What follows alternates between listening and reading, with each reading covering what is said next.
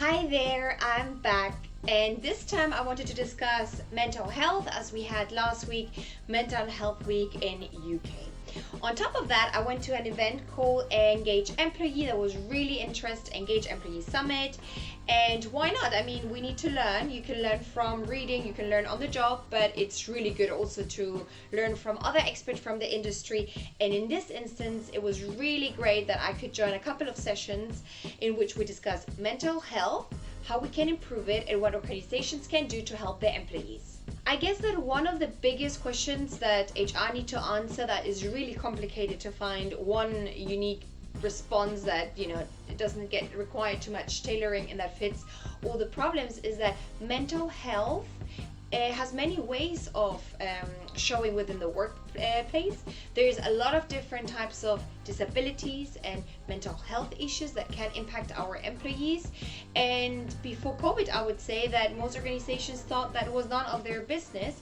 But currently, we are very, very much aware, and we have a lot of sensibility to understand that companies have a requirement and they're expected to do something to support their employees, especially to not get burnout and then have actually mental health issues because of the work and the job that they're doing. So companies are acknowledging that sometimes stress and other circumstances related to the job are actually ending up and impacting people's mental health, and that they also have a responsibility and something to say about this topic.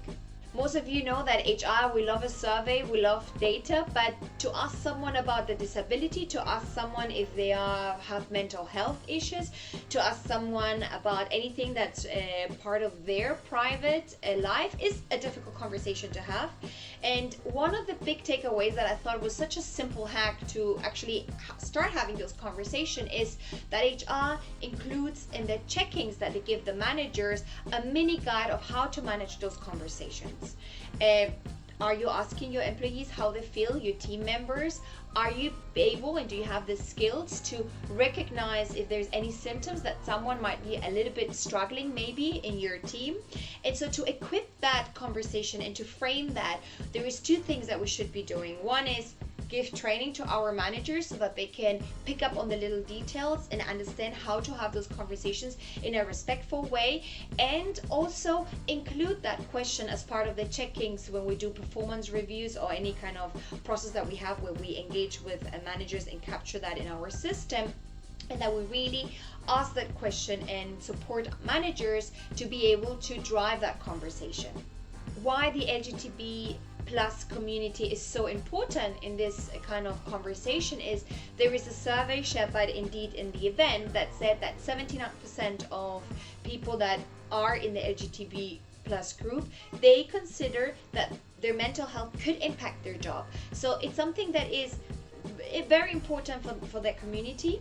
We need to acknowledge that. We are having Pride Month in June very soon. So a part of that conversation is also to acknowledge and understand how do we react when we know someone needs help, and what can organizations do from the managerial standpoint, but for sure from the HR and from the policies and from the perks and the benefits that the organizations are offering to their people.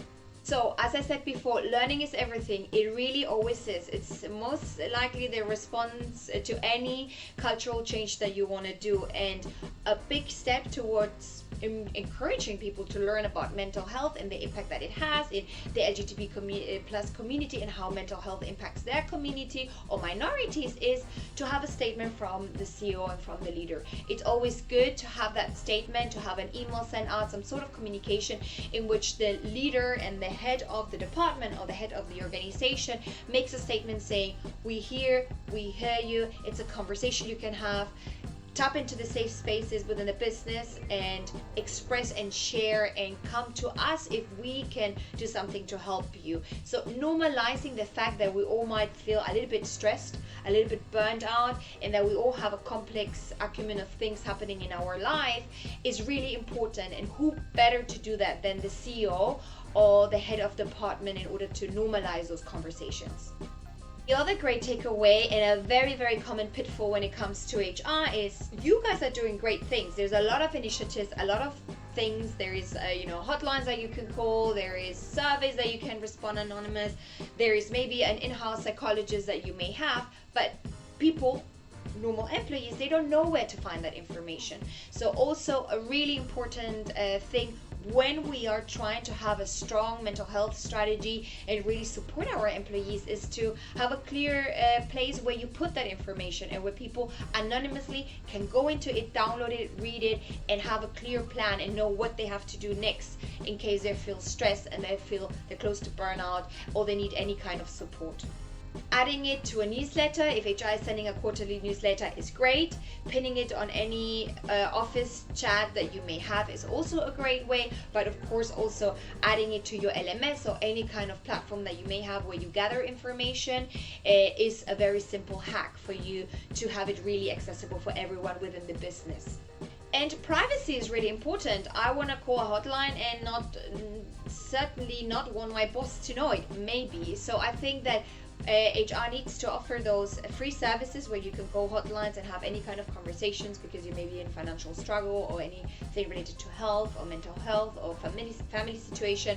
So that kind of service has to be provided. It's a very simple thing to do, and you can create little posters and hang the number in the toilet or in any kind of place where people spend time and can take note of it, take a picture, and then ring afterwards. So really amplify the fact that you have those services and make it really clear when you communicate it across the employee experience, from being on site on the office's back now finally up to the online experience. Make it really easy for people to access that information.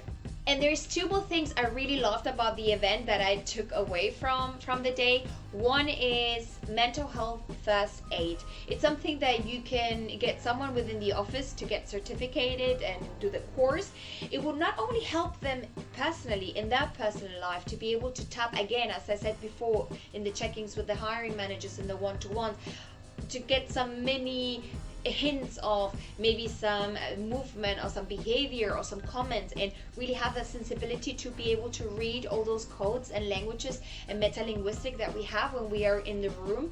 You should also have people within your office that are going to the office every day or whatever is your hybrid model that you have in place, but you should always have one person that has that aid certificate in the office so that they can tap into that sensibility and read the room and really be there if someone is struggling, and pull them aside and go with them for a coffee and have someone that has the expertise, and that would not only give that person the opportunity to learn something more, something that's really important about soft skills and that they can also implement in their private life, but it will create a really healthy work environment where people know who that person is and they can go and speak to the person directly if they require it. And the last one was the idea of U Day.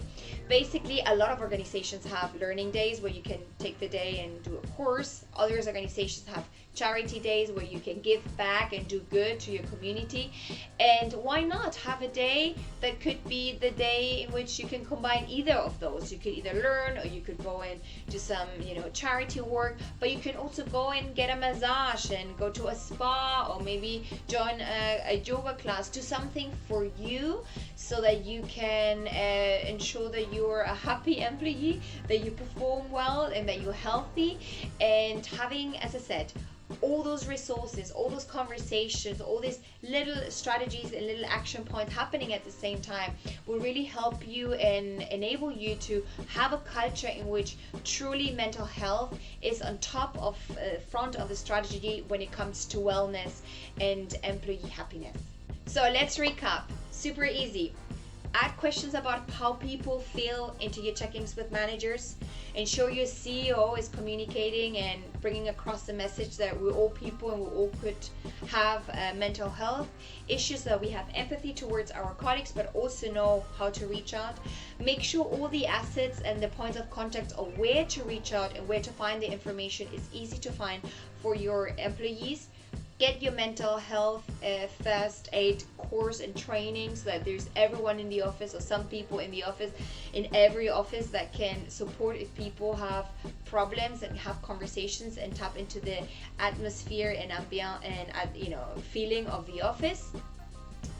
And then of course, give people time back, give them a day. It's not that much, just for them to focus on themselves once a month. Have a you day, me day, in which they can really focus on their development, emotional, personal, and professional. Thank you.